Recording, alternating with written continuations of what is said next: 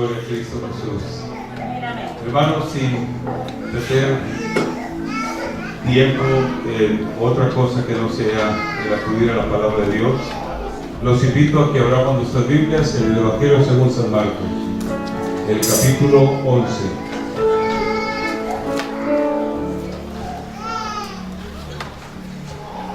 San Marcos, capítulo 11. Vamos a leer del verso 27 al 33.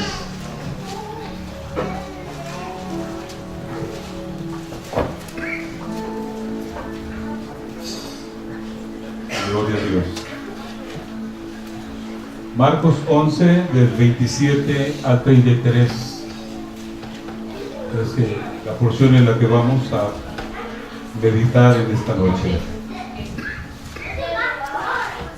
Volvieron entonces a Jerusalén, y andando él por el templo, vinieron a él los principales sacerdotes, los escribas y los ancianos, y le dijeron: ¿con qué autoridad haces estas cosas? ¿Y quién te dio autoridad para hacer estas cosas? Jesús respondiendo les dijo: os haré yo también una pregunta, respondedme, y os diré con qué autoridad hago estas cosas. ¿El bautismo de Juan era del cielo o de los hombres? Respondedme. Entonces ellos discutían entre sí diciendo: si decimos del cielo, dirá, ¿por qué pues no le creísteis? Y si decimos de los hombres, pero temían al pueblo, pues todos tenían a Juan como un verdadero profeta. Así que respondiendo dijeron a Jesús: no sabemos. Entonces respondiendo Jesús les dijo: tampoco yo os digo con qué autoridad hago estas cosas. Padre eterno, esta noche hemos venido a adorar tu nombre, pero también a ser alimentados con tu palabra, a recibir el consejo que necesitamos para nuestra vida. Suplico, Señor, que llenes mi corazón con tu presencia, con tu palabra, llenes mi mente. He venido porque tengo hambre de ti, Señor, y tu iglesia también. Nuestros cantos hablan de nuestro amor hacia ti. Nuestros cantos hablan de la gratitud que tenemos por todo tu obrar, porque, Señor, fuera de ti nosotros no somos nada. Y aquí estamos, Señor, queriendo de ti escuchar siempre tu palabra, el mensaje que tienes para cada uno de nosotros. Necesitamos, Señor, que la lámpara nos ilumine en medio de las tinieblas del pecado de este mundo. Y esa lámpara es tu palabra, la palabra que tú nos has dejado, Señor, para que en ella nos gocemos y crezcamos cada día. En el nombre de Jesucristo recibe el honor y la gloria y también la alabanza, Señor Jesús. Bendito eres. Al sentarse, glorifique al Señor y dispóngase a la reverencia al estar atento a la palabra del Señor.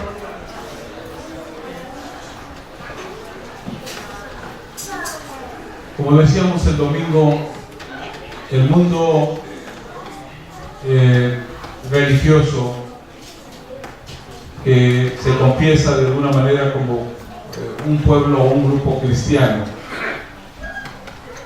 esta semana que inició el domingo se le ha llamado como la Semana Mayor, la Semana Santa, lo cual decíamos no es completamente propio, porque todas las semanas son creadas por Dios y por consecuencia todas son santas si las vivimos en el Señor, o pueden ser impías si vivimos lejos de Él también. Pero yo prefiero vivir una vida en santidad y por consecuencia decir vivir una vida santa, no tan solo una semana. Porque hay quienes se compungen, hay quienes lloran, hay quienes gimen, hay quienes inclusive se abstienen de ciertos alimentos, según ellos como una muestra de solidaridad y de dolor también por los padecimientos que el Señor tuvo que sufrir en esa semana particular, y no diré en esta semana, sino en esa semana particular a la que hacemos referencia. El domingo hablábamos nosotros de la entrada de nuestro Señor montado sobre un burrito a la ciudad de Jerusalén. Y bueno, viniendo como el príncipe de paz, que había sido anunciado ya de mucho tiempo atrás por las profecías, como la de Zacarías, como las profecías de Isaías y otras más, que hablaban de ese advenimiento del Señor en paz. El Salmo 24 inclusive cantaba, o era un himno de entrada a favor del Rey de Gloria. Alcen, oh puertas, sus cabezas o vuestras cabezas, para que entre el Rey de Gloria. Y entonces se preguntaba, ¿quién es este Rey de Gloria? En el Salmo así está escrito. Y dice que es Jehová mismo, Jehová el fuerte y valiente, Jehová el poderoso en batalla.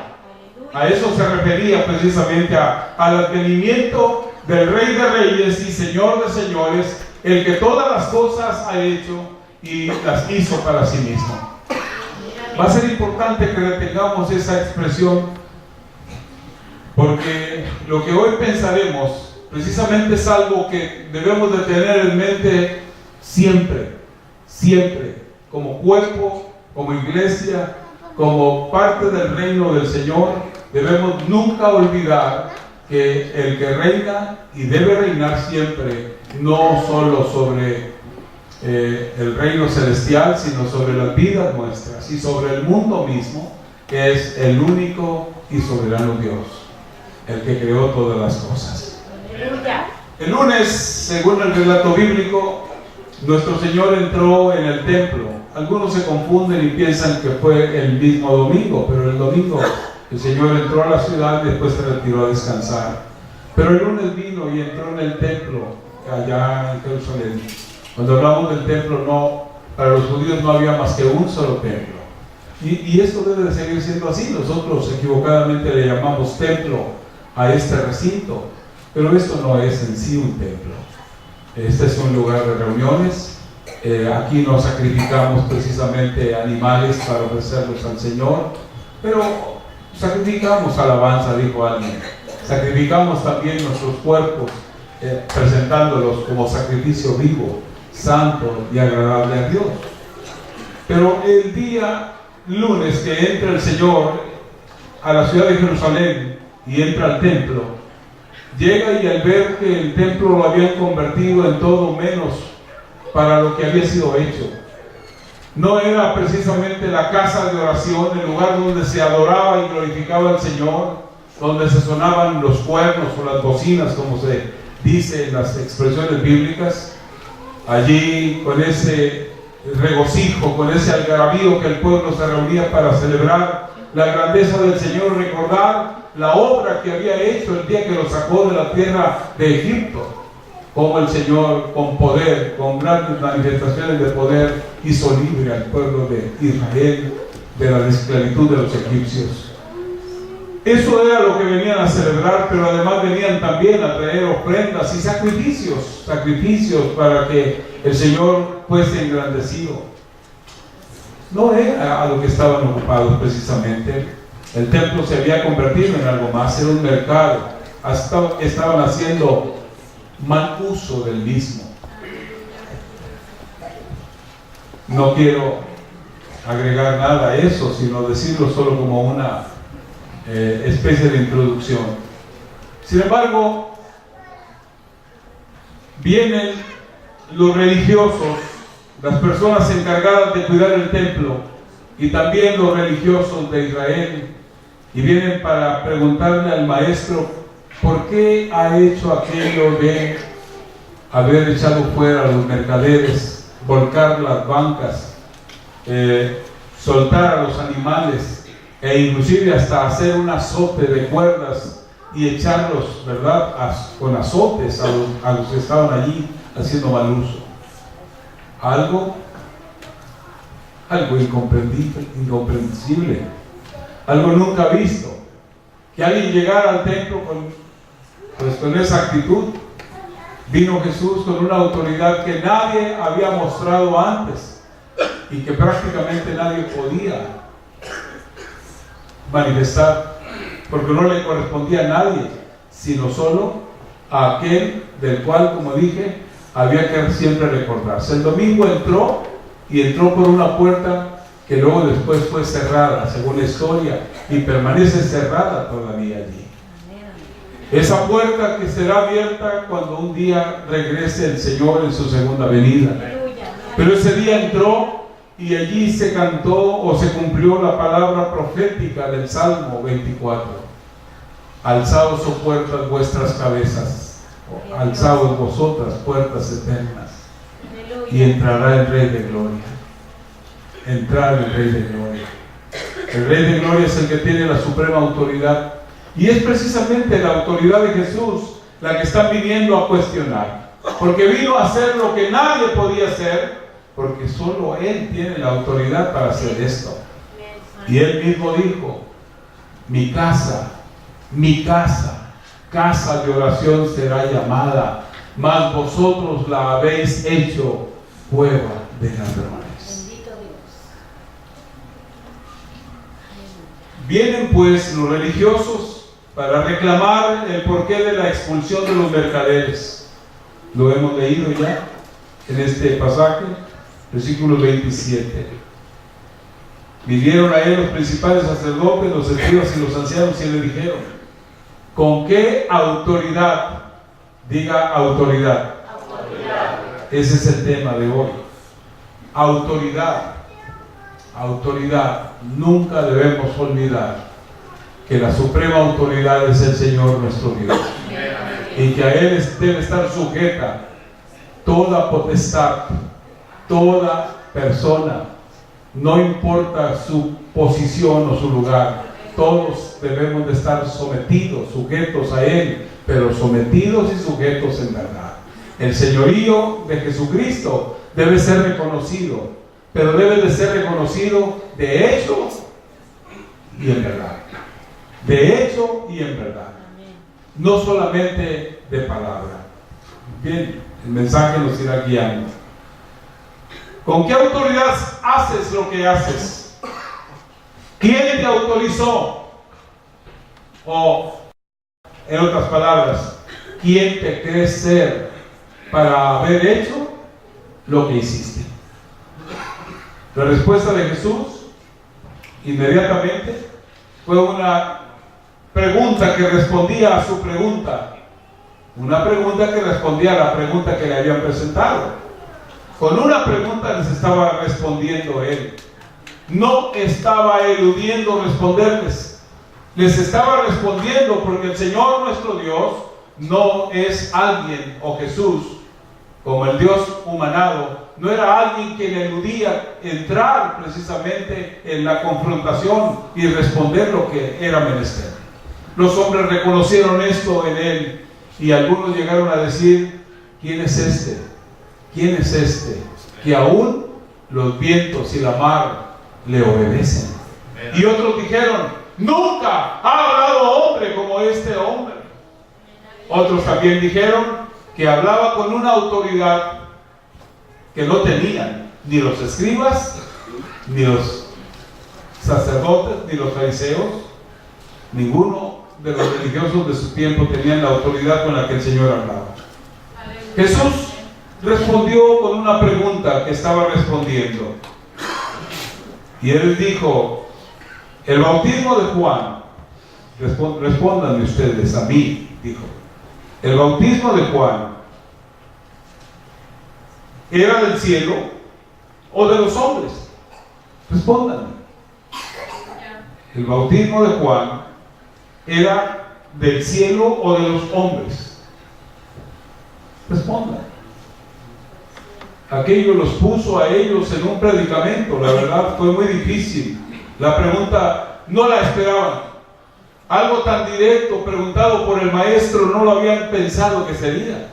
Creyeron que lo iban a poner contra la pared y hacerlo sentir culpable, porque lo que había hecho para ellos era un exceso, era algo que hablaba mal de Jesús. Era para ellos, Jesús no era alguien que tuviera el derecho de proceder como lo había hecho, como había actuado. Pero ya antes había venido Juan el Bautista anunciando: viene tras mí uno de quien, inclinado yo delante de él, no soy digno de desatar la correa de su calzado. Él, ciertamente, yo los bautizo con agua, pero él los bautizará con Espíritu Santo y con fuego. Él era primero que yo. Él es antes que yo. Juan venía hablando de una manera tan clara y tan seria, y si ellos habían escuchado con atención a Juan y todos lo tenían como un verdadero profeta, ahí estaba la respuesta precisamente del maestro. Él estaba respondiendo de una manera clara: ustedes respondan, ¿creen a lo que Juan enseñó? Entonces ahí está la respuesta. ¿Saben de dónde viene mi autoridad? Yo soy la autoridad por excelencia. Yo soy el que ordeno, yo soy el que digo, yo soy el que mando. Y todos los demás simplemente obedecen y hacen las cosas como han sido antes ya dichas o establecidas. La respuesta de los religiosos fue: no sabemos. No sabemos, porque no quisieron responder realmente, no quisieron aceptar la respuesta que el maestro les estaba dando. Había tal hipocresía, tal modo insincero y perverso de ser de parte de ellos. El conocimiento escritural no era algo que les ayudaba para poder vivir una vida piadosa en verdad. Es más, no les interesaba vivirla. Tenían apariencia de piedad, pero negaban con sus actos la misma piedad que decían manifestar. Se vestían con vestiduras las cuales los hacían presentarse ante los demás como las grandes personalidades, los únicos dignos de poder estar entre el pueblo y Dios. Y eso era la tarea que tenían que realizar, pero no la habían realizado. No era una realidad la vida piadosa que manifestaban, y tampoco no era verdad que no supieran. Ellos sabían que quien estaba delante de ellos no era un farsante, no era simplemente uno más de los profetas, aunque si hubiera sido tan solo un profeta, debieron de haberle prestado atención suficiente, debieron de haberlo tratado con respeto. Les importaba más su posición jerárquica y social. Era más importante lo que ellos estaban lo que habían ganado que reconocer la verdad de Dios. No les interesaba que el pueblo conociera la verdad. Se habían enriquecido, querían la autoridad, querían la posición, el poder. Era todo lo que querían. Se habían apropiado de lo que no les pertenecía. Si decimos del cielo, nos va entonces a preguntar: ¿por qué no le creyeron? ¿Por qué no creyeron? El bautismo de Juan, o el anuncio de Juan, el mensaje de Juan, sus anuncios eran mensajes divinos. Él habló de mí. Él me anunció anticipadamente. Créanle. Esa es la verdad. Y ellos sabían quién era Juan. Juan había proclamado acerca de Jesús. Jesús estaba diciendo: yo soy el Cristo, ustedes lo saben. Ellos lo habían visto descender del monte de los olivos para venir y subir a la ciudad de Jerusalén, y el pueblo venía adorándole y reconocían: Jesús, hijo de David, o bendito el que viene en el nombre del Señor, hosana en las alturas, hosana al hijo de David. Aún un ciego reconoció su grandeza y su divinidad. Y si decimos de los hombres, no nos podemos entrar en problemas con el pueblo. El pueblo nos puede linchar, pues ellos tienen a Juan como un profeta de Dios. Hay una serie de parábolas que encontramos en este mismo capítulo 11 de San Marcos. Para mí son una síntesis prácticamente de lo que sería el mensaje del Evangelio, la condenación de una actitud que había asumido el pueblo de Israel de mucho tiempo atrás, y de alguna manera el mensaje preventivo que también Dios envía a la iglesia. Oiga bien, voy a decir algo hoy que quizás para algunos sea difícil de aceptar. Pero cuando en el versículo 33 ellos responden que no sabían, y Jesús les dijo: tampoco yo les digo con qué autoridad hago estas cosas. O sea, no me van a hacer repetir lo que ustedes ya saben. No voy, o sea, mostrando que él tenía la autoridad, que él tenía todo el poder y el derecho de responder o no responder, aunque él estaba respondiendo. Y entonces comienza a presentar una serie de enseñanzas.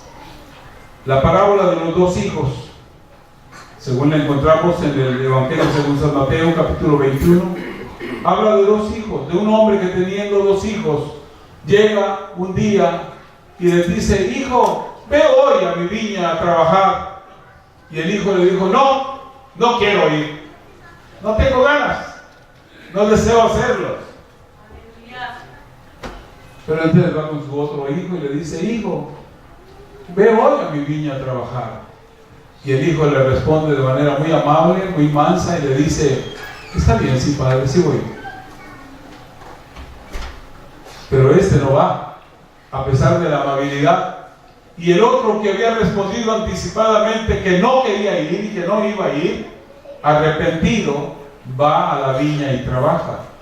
Y Jesús hace la pregunta y dice: según vuestro criterio, ¿quién de los dos es el que hizo la voluntad de su padre? ¿El primero o el segundo? ¿Quién consideran ustedes que ella ha hecho la voluntad de su padre? ¿El que dijo que no iba, pero luego arrepentido fue? ¿O el que de manera amable dijo: sí, Señor, sí voy a ir, pero nunca fue? ¿Quién hizo la voluntad? El que se arrepintió, ¿verdad? Y aunque refunfuñando, fue e hizo lo que se le había ordenado. Jesús con esto está exaltando el arrepentimiento y la obediencia, y condenando la falsedad y la autojustificación. Y con ello condena precisamente la falsa piedad de muchos de los que en su momento se presentaban como siendo los representantes del Señor, como las autoridades a las que se les tenía que prestar atención, darles obediencia.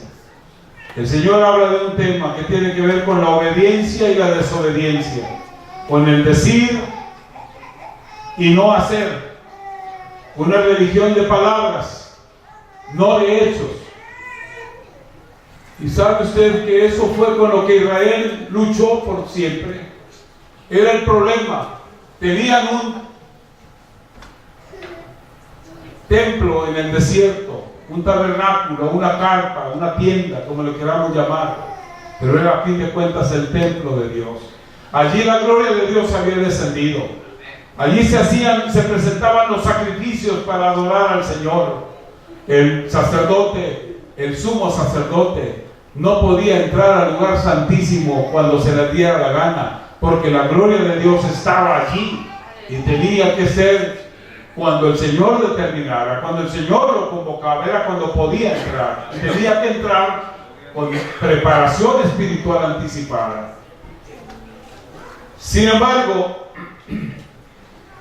a pesar de tener allí la gloria de Dios entre ellos, la columna de fuego que en las noches iluminaba y protegía al pueblo, y durante el día la columna de nube que también los protegía, aún así el pueblo seguía ocupado en hacer lo que no, en incredulidad, en murmuraciones, en envidias y en tantas cosas como las hacía.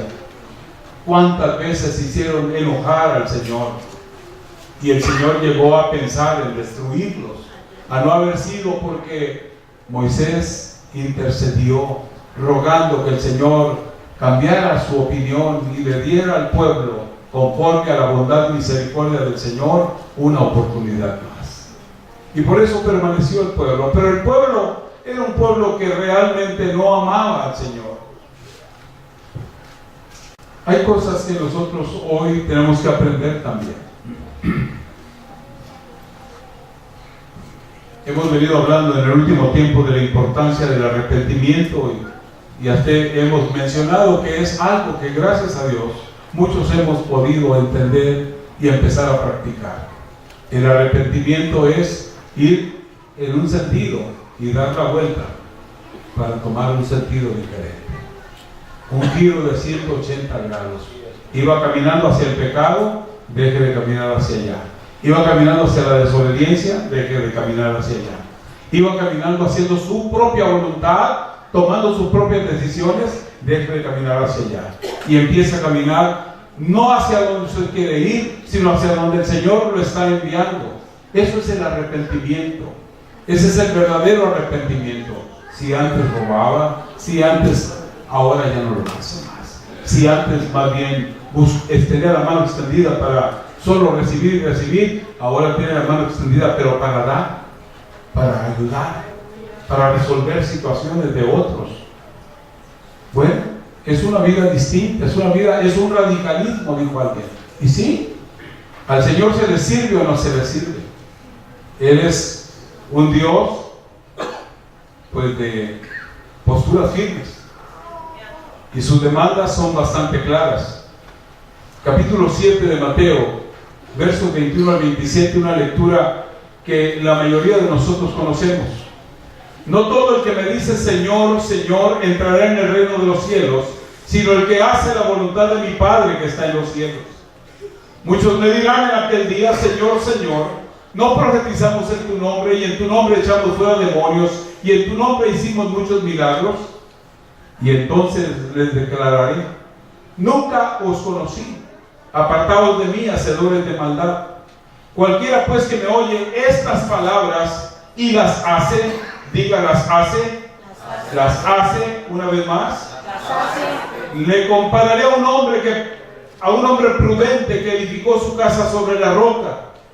Descendió lluvia y vinieron ríos y soplaron vientos y golpearon contra aquella casa y no cayó porque estaba fundada sobre la roca. Pero cualquiera que me oye estas palabras y no las hace, diga no las hace, le compararé a un hombre insensato que edificó su casa sobre la arena. Y descendió lluvia y vinieron ríos y soplaron vientos y dieron con ímpetu contra aquella casa. Y cayó y fue grande su ruina. Hacer y no hacer. Esa es la cuestión. No basta con tan solamente decir sí, Señor. Hay un coro que entonamos o que alguna vez cantamos. Sí, sí, sí, sí, sí, Señor. ¿Cómo? ¿Sí? ¿Mucho sí? Basta con uno solo. Porque eso de decir muchas veces sí y no hacer absolutamente nada es más condenatorio. Nosotros debiéramos de ser, como dijo Jesús, personas que o decimos sí o decimos no. Amén. O decimos sí o decimos no. Claro que siempre tenemos la oportunidad de arrepentirnos. Sin arrepentimiento no se puede agradar a Dios. Con autojustificaciones, mire, mejor es caer gimiendo delante del Señor y pedir perdón que justificarnos. La excusa o la justificación, la autojustificación siempre ha sido el problema. ¿Sabe? Algunos estamos sumidos en una vida equivocada porque siempre nos estamos justificando. Yo, fulano de tal es peor que yo y dice que es ministro. ¿Y a usted de qué le sirve eso? ¿En qué sentido le beneficia que alguien quien ostenta una posición de autoridad o tiene mayor responsabilidad, si usted juzga que no vive a la altura de su deber, eso no le sirva como un pretexto para usted hacer lo indebido. Mejor usted arrepiéntase del mal que ha hecho y ruegue por su hermano, no importa quién sea, para que el Señor lo perdone, pero no lo ponga como un pretexto o como un justificante para usted hacer el mal. No se trata de venir a justificarnos ante el Señor. Es mejor venir y quebrantarnos delante de Él, no culpando a otros ni a ciertas circunstancias. Señor, es que, pues, ¿qué podía hacer? Me has abandonado y no tengo que comer, pues tuve que robar. ¿Será verdad? ¿Nos abandona el Señor? O si en ocasiones el Señor quiere que no comamos, porque a lo mejor en ocasiones nos hace falta, como dijo alguien, empezar la dieta del cocido. Pero del cocido de boca, para que ya no siga comiendo en demasía, que es lo que nos pasa a algunos, ¿verdad? Tenemos que entender muchas cosas, y una de las cosas que el Señor hizo precisamente fue echarles en cara la hipocresía con la cual actuaban, diciendo que sí, que adoraban, que obedecían, que servían, pero hacían todo lo contrario. Por eso habló de estos dos hijos: el hijo refunfuñón, gruñón, que no quería hacer nada, que siempre estaba más bien diciendo que no quería hacer nada, pero lo hacía a fin de cuentas. Claro que la actitud no es la más correcta, pero tampoco eso de decir que sí vamos a hacer algo y no lo hacemos. Agrada al Señor el que se arrepiente. Y el Señor dijo una palabra muy fuerte, dijo: los publicanos y las rameras van delante de vosotros al reino de Dios, porque oyeron la palabra y se arrepintieron. Porque lo criticaban por eso, porque había venido y hablaba a los pecadores, y los religiosos decían: este no puede ser un profeta. Si supiera quién es la mujer que se le está acercando allí, no se lo permitiría. Y Jesús les dijo muchas cosas, pero entre ellas es: esta mujer ama mucho, por eso es que tiene la actitud que tiene.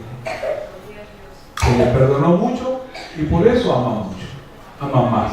A ustedes no les perdonó nada, ustedes no aman nada. Pero no era una verdad, o no es una verdad. Luego está la parábola que ustedes han leído infinidad de veces en Marcos 12, la de los labradores malvados. La parábola de los labradores malvados, aquellos labradores a los cuales se les rentó una viña que no había sido sembrada por ellas, ni era de su propiedad, pero se les rentaron. Y cuando llegó el tiempo de recoger la renta, el dueño envió a sus siervos para que recogieran la renta. Y ellos, pues no solamente no les quisieron pagar, sino además hasta les dieron algunas cachetadas para que se fueran ofendidos. Como diciendo: vayan y díganle, vayan ustedes y díganle a su amo que estamos de mal modo, que no le haga mucho, que no esté fastidiando, que no le vamos a pagar nada. ¿A qué le tiraban? Yo no lo sé. Porque la historia para, si leen ustedes Marcos 12, del 1 al 12, es una parábola en la que termina el Señor fastidiado ya de todo lo que habían ellos hecho. Termina, a fin de cuentas, enviando a quienes fueran realmente a cobrar con autoridad la renta y echarlos fuera.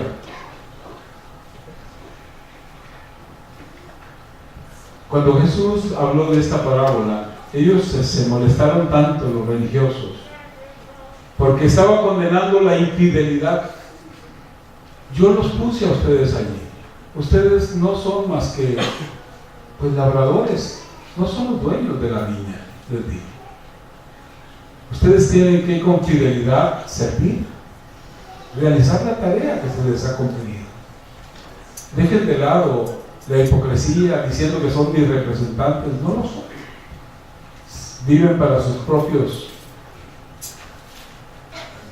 pensamientos, tienen sus propios planes, están sacando provecho de su propia vida, de sus tareas, se están enseñoreando de lo que no les pertenece. Ya está bien. Luego también Jesús acude a otra parábola llamada la parábola de la fiesta de bodas, donde entra un hombre que no admite ponerse el vestido de bodas que a todo el mundo le entregaban al entrar de la boda. Y estando ya adentro, allá, viene el Señor de la fiesta y mira que está ese individuo ahí, vestido de una manera no correcta, y le dice: amigo, ¿cómo entraste aquí? ¿Cómo entraste aquí? Y aquel no sabe qué responder, se queda callado. Y entonces el Señor de la fiesta dice: vengan, átenle de pies y manos y échenlo allá afuera, a las tinieblas. Allá se ve el lloro y el crujir de dientes. ¿Qué significado, qué sentido tiene esa parábola? Son detalles que a veces uno lee y no presta atención. Bueno, pues el Señor advierte precisamente que las cosas en el reino se hacen como el Señor las ordena, no como nosotros queremos que se hagan, porque a veces nosotros queremos crear nuestras propias condiciones o términos y estamos nosotros exigiendo o queriendo imponer nuestras propias ideas, aún en la forma de adoración. No, amado hermano, no es como a nosotros se nos ocurra, no es como a nosotros se nos venga en gana. Una vez me acuerdo que paré a un jovencito hace muchos años, no tenía mucho tiempo bautizado y lógicamente le faltaba conocimiento, y empezó a cantar por ahí un canto que según esto el Señor le había dado. Y cuando empezó a cantar le dije: hermano, párale, ¿no? Dile al Señor, si el Señor te dio el canto, dile que te dé la melodía también. No le andes robando las melodías al mundo. Esa canción yo me la sé hace mucho. Cuando no era cristiano, yo la llegué a cantar. Era una canción rock and rollera que decía: hey Lupe, Lupita, mi amor. Y él empezó a cantar ahí: oh Cristo, Cristo mi Señor. Le digo: no, dile al Señor que te dé la melodía también. Y hay cosas extrañas así, ¿verdad? Y otras más que pues a alguien le gustó, las vieron por allá y las trata de introducir o las trae a la iglesia, y ni siquiera a veces somos ni los que presidimos, pero empezamos a influir. Hay que tener cuidado, hay que no tan solo dejarnos impresionar porque alguien que tiene mucha personalidad y mucha verborrea, dijo alguien, nos enredó con palabras. Al Señor se le sirve conforme a su voluntad. Al Señor se le sirve conforme a lo que en su palabra está escrito. Esta es la guía nuestra. No se trata de andar inventando, o que porque alguien escribió un libro así de grueso, que parece que se ocupó en escribir más que lo que la Biblia tiene, y ahí está escrita la gran verdad. Tenga cuidado, la palabra de Dios es fundamental, es a donde tenemos que acudir siempre. Y eso había pasado con los judíos, con los israelitas. Saben ustedes que ellos tienen un compendio de escrituras que es conocido como el Talmud. Y el Talmud es la interpretación de las leyes, o de la ley, o de todas las leyes que el Señor les dio. El Talmud tenía más palabras y más dichos y más cosas que las que la misma ley decía. Hicieron imposible la vida cristiana, o la vida agradable a Dios. Y el Señor les dijo, pues, que con sus tradiciones e ideas habían apartado al pueblo de la verdad. Es bien complicado el tema del cual estoy hablando hoy, pero fíjense bien que todo tiene que ver con la autoridad. Cuando uno desconoce la autoridad a la que deben de estar sometido, que es la autoridad divina, hermano, empieza uno a constituirse en su propia autoridad o a ceder del lugar a quien no debe de tener la autoridad sobre nuestras vidas.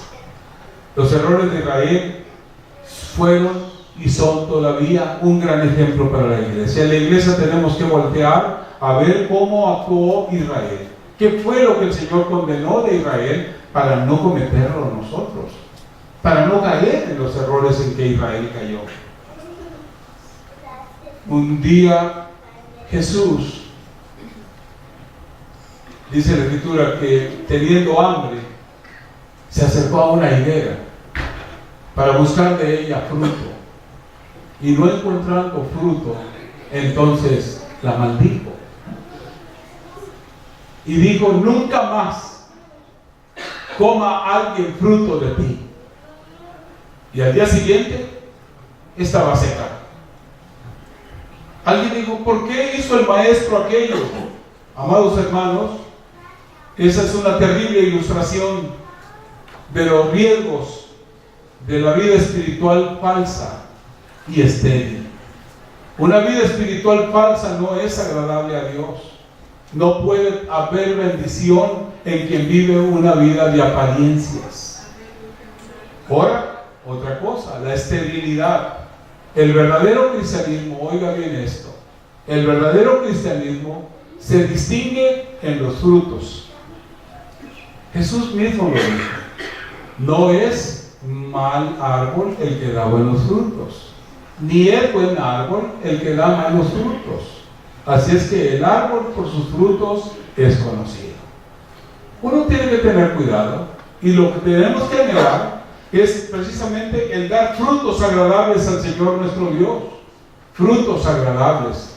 Nos debemos de regocijar en venir con las manos llenas de adoración, de alabanza, de acción de gracias, de ofrendas generosas al Señor nuestro Dios, y sobre todo de almas preciosas que vengan a los pies de Cristo por instrumentalidad nuestra. No es justo que los años pasen y no haya fruto de reproducción espiritual de nuestras vidas. Si ya tiene usted algún tiempo en el camino y no ha podido traer a nadie, oiga la palabra también de aquella higuera estéril. El Señor, que habiendo sembrado una viña, dejó lugar para que una higuera creciera también en medio de la viña. Y un día vino a buscar fruto a la higuera y no lo encontró. Y entonces fue con el hortelano y le dice: oye, esa higuera que está allí en medio de la viña, en medio de una viña, una higuera, era extraño, pero bueno, así dice el relato. No está dando fruto, no tiene caso que siga allí, quítala, para que no esté ocupando un espacio que no le pertenece. Y el que cuidaba la viña le dijo: Señor, déjame trabajar un poquito con ella. Voy a escarbar alrededor y voy a estercolar o a abonar o a fertilizar. Dejémosla un año más, y si al año próximo viene, si no encuentra fruto, entonces la cortamos, la quitamos, pero dale la oportunidad. Otra parábola tremenda, ¿verdad? Parábola tremenda que tiene que ver precisamente. Amados hermanos, si tenemos una autoridad, tenemos que obedecerla, y la autoridad es el Señor. ¿A quién sirve usted? ¿Quién es el que manda en su vida? ¿Manda Cristo? Entonces la voz de Cristo es la que obedecemos, es la que seguimos. Él es la autoridad. O no nos interesa saber quién es la autoridad realmente.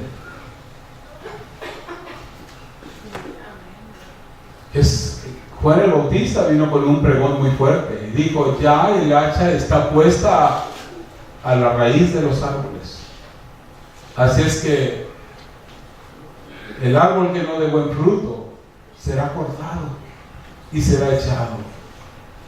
Estoy hablando de autoridad, pero de la autoridad de Dios, porque yo estoy en el mismo lugar que ustedes. Soy en la iglesia junto con ustedes, y a nosotros nos es exigido precisamente el dar el fruto también correspondiente. Cuando decimos lo que tenemos que decir, es a nosotros primero y antes que a nadie que la palabra nos está precisamente exhortando.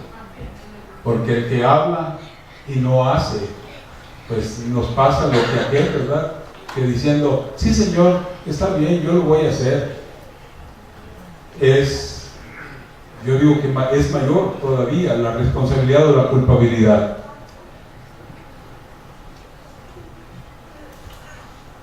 Me quedé pensando, y no es casualidad las cosas que el Señor trata muchas veces con nosotros. Antes de que el culto comenzara, cuando vine por aquí al templo para prender las luces y encender los equipos, que es una tarea que de manera muy regular realizo, no porque no tenga compañeros que no lo hagan, sino porque me gusta hacerlo, me gusta servir. Es algo en lo que me he ocupado casi siempre. No porque desconfíe de mis compañeros, insisto. Estaba ya aquí mi compañera, mi esposa, ya ocupada en la oración, y ya estaba llegada aquí, yo andaba todavía haciendo, y se levanta y viene a mí y me dirige unas palabras. Y resulta que yo estaba pensando, o precisamente dándole vueltas al mensaje, y esta era una de las lecturas precisamente que tenía en mente para compartir con ustedes, y ella viene y me la presenta de nueva cuenta. Es lo que tiene que ver con la actitud del centurión, que nunca se vio con Jesús. Por cierto, si leen ustedes la palabra, él nunca se encontró con Jesús, no se sentía digno ni de siquiera presentarse ante el maestro, y envió a unos mensajeros que eran ancianos del pueblo de Israel, los cuales le reconocían a él que era un hombre piadoso, con los cuales se había relacionado amistosamente y a los cuales había muchas veces ayudado. Hasta ellos dieron tan buen testimonio de él que dijeron que les había ayudado a construir una sinagoga. Entonces este centurión mandó a los mensajeros, porque él tenía un siervo que estaba muy enfermo, gravemente enfermo. Y Jesús dijo, sí voy. Y empezó a caminar con ellos, con los ancianos. Pero luego él, sabiendo esto, mandó decir, díganle al maestro que no tiene que venir, que diga tan solamente la palabra, porque ni siquiera me sentí digno de poder ir a darle la cara, o a yo mismo encontrarme con él. Menos me siento digno de que entre en mi hogar. Que tan solo diga la palabra y que eso será suficiente, porque yo soy un hombre de autoridad y que también vivo bajo autoridad. Que yo le digo a uno de mis subordinados, ve y va, o ven y viene.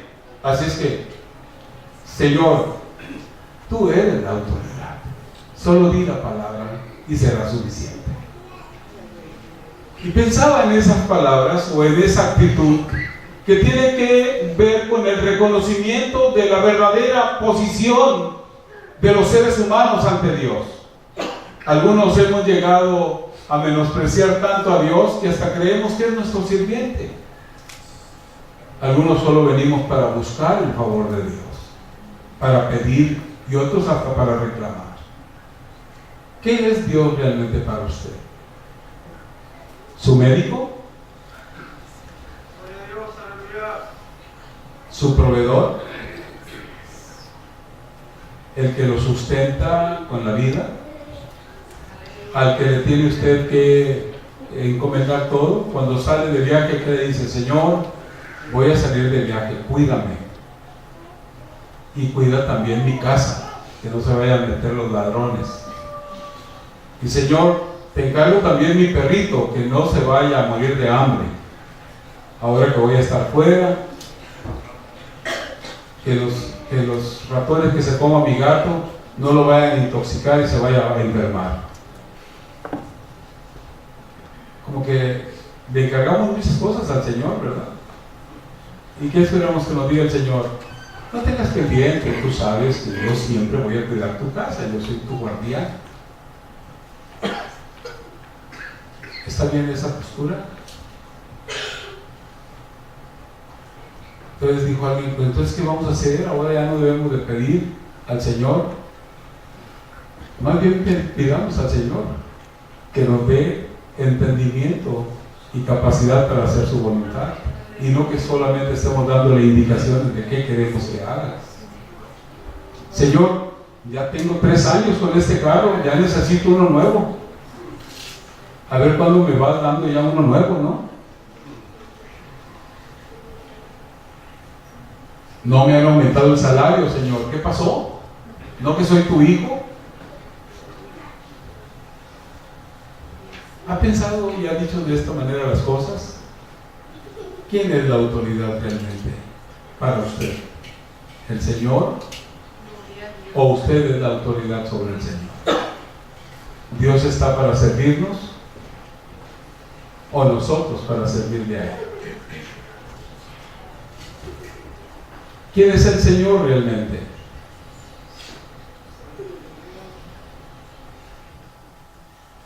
Bueno, quizás las muchas lecturas nos han llegado a confundir, y las muchas palabras que a veces predicamos nos han llegado a poner en el lugar equivocado, porque inclusive los que predicamos a veces confundimos las palabras y decimos: si usted acepta al Señor, el Señor lo va a bendecir.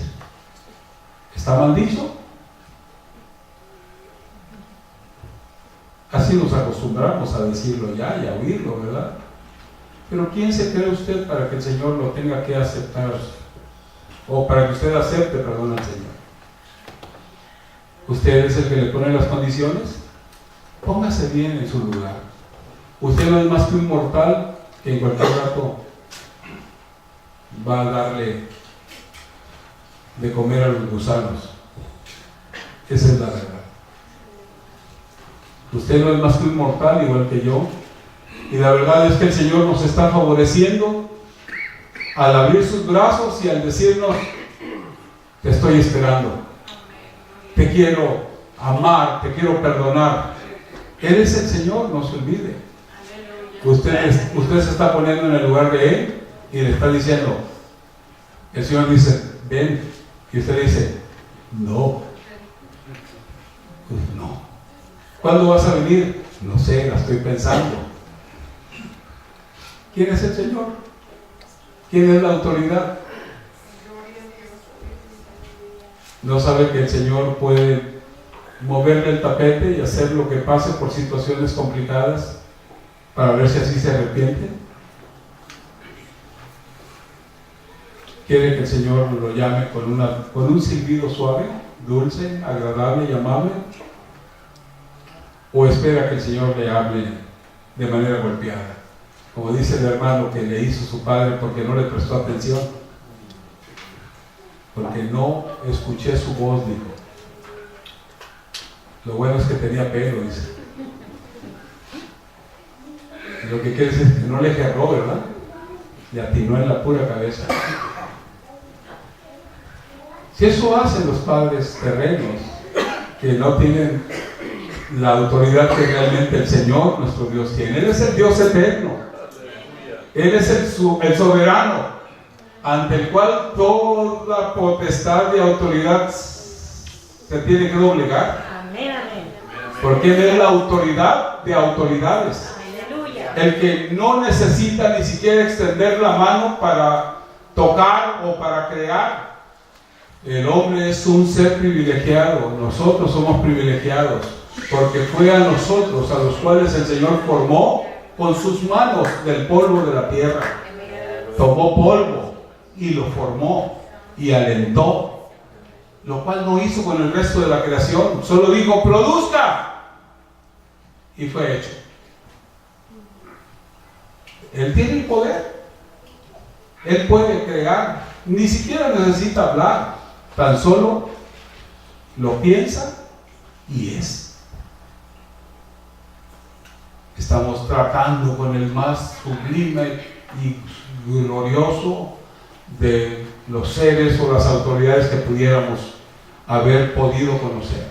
Sin embargo, es humilde, es amable, es paciente, es misericordioso, y nosotros por eso abusamos. Eso es lo que le pasó a Israel. No supieron valorar el amor del Señor, las bendiciones, las bendiciones, las bendiciones. Los rodeó el Señor de todo, les dio todo, los protegió. No supieron valorar. Y el Señor llegó el momento que dijo: se acabó. Llamaré a otros que no son mi pueblo, para que sean pueblo. Aquí estamos usted y yo. No merecíamos. ¿Vamos a hacer lo mismo que Israel? Pensemos. No cometamos el mismo error. No lleguemos a cansar al Señor. ¿Cuánto tiempo va a tener el Señor que tener paciencia conmigo? ¿Cuánto tiempo va a tener paciencia conmigo? Dígalo.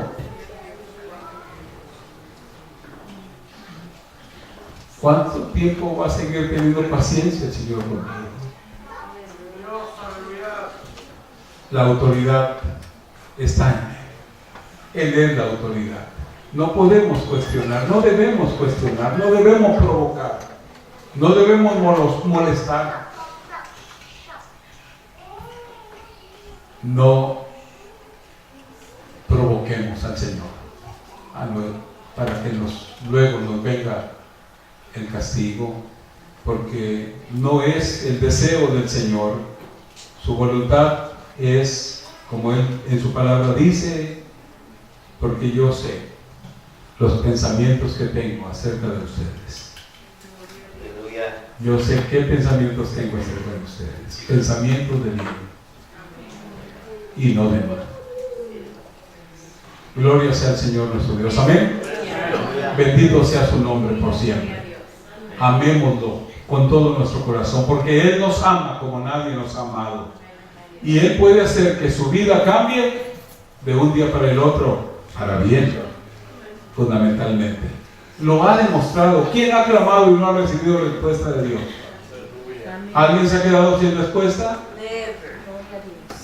Yo me maravillo, lo veo cada vez actuar, y digo: Señor, yo no puedo hacer menos que obedecerle, porque haces tantas cosas, me vas guiando, me vas mostrando. Antes de que yo inclusive me he preocupado y he hablado con Él, y ya el Señor resuelve las cosas allá delante de mí, ya las va resolviendo. Cuando llego: ay Señor, ya cambiaste las situaciones. Bueno, gloria sea tu nombre. Y lo digo de veras para gloria de Él, porque no es porque me siente el favorito. Usted es tan favorito como yo. Somos hijos de Dios. Su sangre nos ha cubierto, su amor nos ha acercado. Aquí estamos solo favoritos. Aquí no hay los que tienen mayor favor. El favor es para todos nosotros. El Señor no es mal padre como nosotros. Él no tiene preferidos. Para Él todos somos igual, con pelo y sin pelo, para que no se preocupe. Prietos, güeros, gordos, flacos, chaparros y altos, los que hablan bien español y los que no hablan español. El Señor todos nos entiende y nos ama, nos cubre y nos llena de bendiciones. Nadie tiene con justicia que quejarse de veras de Él. Él es. Así es, nada más. Él es la autoridad y Él es el amor. Amémoslo, hermanos. Amémoslo, sirvámosle, no cuestionemos. Al Señor nuestro Dios estamos para obedecerle. Al Señor nuestro Dios adorarás y a Él solo servirás. Póngase de pie. Al Señor nuestro Dios adorarás y a Él solo servirás. ¿A quién va a servir usted? Porque yo y mi casa hemos determinado servir a Jehová.